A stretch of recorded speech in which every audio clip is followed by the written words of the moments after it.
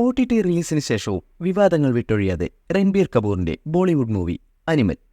Social മീഡിയയിൽ ഒട്ടനവധി ട്രോളുകളും hate പോസ്റ്റുകളും നെറ്റ്ഫ്ലിക്സ് പ്ലാറ്റ്ഫോമിൽ നിന്നും ചിത്രം ഒഴിവാക്കണമെന്നും എന്തിനധികം ഈ ചിത്രത്തിൽ രൺബീർ തന്റെ അച്ഛനെ എത്ര തവണ പപ്പ എന്ന് പറയുന്നു എന്നതുപോലും എണ്ണിത്തിട്ടപ്പെടുത്തി കളിയാക്കുകയാണ്.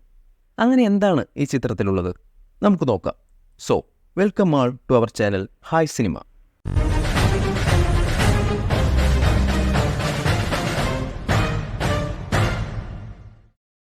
അപ്പോൾ എന്താണ് അനിമൽ മൂവി?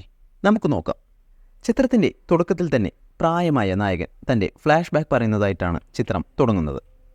അച്ഛനോട് സ്നേഹമുള്ള തൻ്റെ കുടുംബത്തെ മറ്റെന്തിനേക്കാൾ സ്നേഹിക്കുന്ന ഒരു മകനായും സഹോദരനായും നായകനായ രൺവിജയ് സിംഗായി രൺബീർ കപൂർ എത്തുന്നു. എന്നാൽ കോടീശ്വരനും ബിസിനസ്സുകാരനുമായ അച്ഛന് മകനെയോ മകളെയോ എന്തിനു വീട്ടുകാര്യങ്ങൾ ശ്രദ്ധിക്കാൻ പോലും സമയം കിട്ടുന്നില്ല. എന്നാൽ ആ കുറവ് നികത്താൻ രൺബീർ എടുക്കുന്ന മാർഗങ്ങൾ അച്ഛന് ഇഷ്ടപ്പെടുന്നുമില്ല. ഇവർ തമ്മിലുള്ള അഭിപ്രായ വ്യത്യാസം കാരണം രൺബീറിനെ ബോർഡിംഗ് സ്കൂളിലേക്ക് മാറ്റുന്നു. പിന്നെ കാണിക്കുന്നത് കൂട്ടുകാരൻ്റെ സഹോദരി ഗീതാഞ്ജലിയുടെ എൻഗേജ്മെൻറ്റിന് പോകുന്ന നായകനെയാണ്. അവിടെ ചെന്ന് കണ്ടതും നായകന് ഗീതാഞ്ജലിയോട് ഇഷ്ടം തോന്നുന്നു. ഗീതാഞ്ജലിയായി രശ്മിക മന്ദനയാണ് എത്തുന്നത്. അവിടെ വെച്ചുള്ള നായകൻ്റെ കണ്ടുമുട്ടലും ഇവരുടെ സംഭാഷണങ്ങളും നായികയ്ക്ക് നായകനോട് ഇഷ്ടം തോന്നുന്നു. അവൾ എൻഗേജ്മെൻറ്റ് നിർത്തിവെച്ച് രൺബീറിനെ കാണാൻ വരുന്നു. താൻ സ്നേഹിക്കുന്ന കാമുകിയെ അച്ഛന് പരിചയപ്പെടുത്തുമ്പോൾ ഒരു പ്രതികരണവുമില്ലാതെ തൻ്റെ എതിർപ്പ് അച്ഛൻ പ്രകടിപ്പിക്കുന്നു. അങ്ങനെ രണ്ടു വീട്ടുകാരുടെയും സമ്മതമില്ലാതെ വിവാഹം കഴിച്ച് അവർ അമേരിക്കയിൽ പോയി അവിടെ സെറ്റിലാവുന്നു.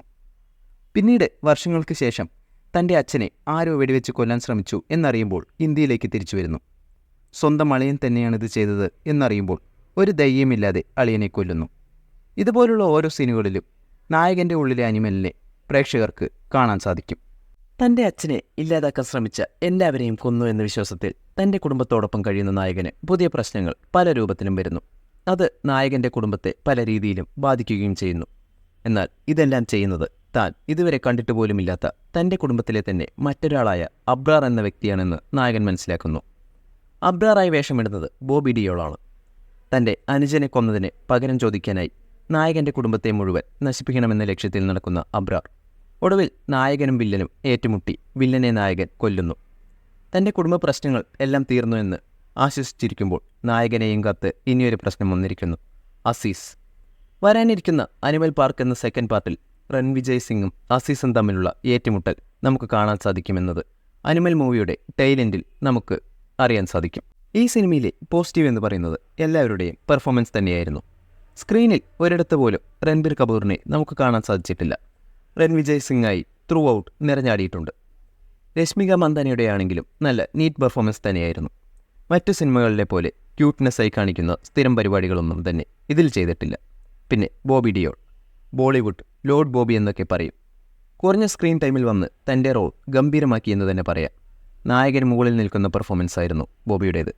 പിന്നെ അനിൽ കപൂർ ആയാലും തൃപ്തി ആയാലും മറ്റു അഭിനേതാക്കളായാലും എല്ലാവരും തങ്ങളുടെ റോൾ ഭംഗിയാക്കിയിട്ടുണ്ട്. പിന്നെ ഇതിലെ മ്യൂസിക്, BGM, ബാക്ക്ഗ്രൗണ്ട് സ്കോർ എല്ലാം തന്നെ മികച്ചു നിന്നിട്ടുണ്ട്. ഇനി ഈ സിനിമയിലെ നെഗറ്റീവിനെ കുറിച്ച് പറയുകയാണെങ്കിൽ മെയിൻ നെഗറ്റീവായി തോന്നിയത് ഇതിൻ്റെ റൺ ടൈം തന്നെയാണ്. 3 മണിക്കൂറും 21 മിനിറ്റും. ഇത് പലർക്കും ചിത്രം ലാഗായി തോന്നാൻ സാധ്യതയുണ്ട്. പിന്നെ ഇതിൽ ഒരുപാട് സ്ത്രീവിരുദ്ധമായ സീൻസും ഡയലോഗ്സും കുത്തിനിറച്ചിരിക്കുകയാണ് എന്ന് സിനിമ റിലീസ് ചെയ്ത സമയം തൊട്ട് ഒരുപാട് വിമർശനം കേട്ടുകൊണ്ടിരിക്കുകയാണ്.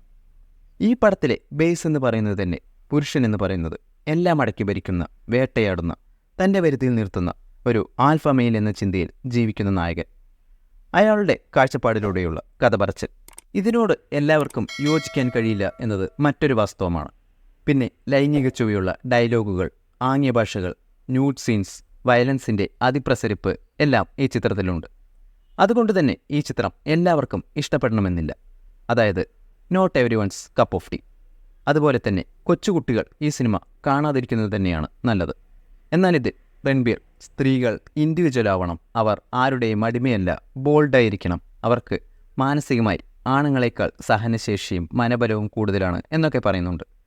രൺവിജയ് സിംഗ് എന്ന വ്യക്തിയുടെ പോയിന്റ് ഓഫ് വ്യൂവിലെ ചില കാര്യങ്ങൾ നമുക്ക് ഉൾക്കൊള്ളാൻ കഴിയും, ചിലത് ഉൾക്കൊള്ളാൻ കഴിയില്ല എന്നാണ് പടം കണ്ടപ്പോൾ എനിക്ക് തോന്നിയത്. ഇനി നിങ്ങൾക്ക് എന്താണ് തോന്നിയത് എന്ന് നിങ്ങളുടെ അഭിപ്രായം കമൻറ്റ് ചെയ്യുക.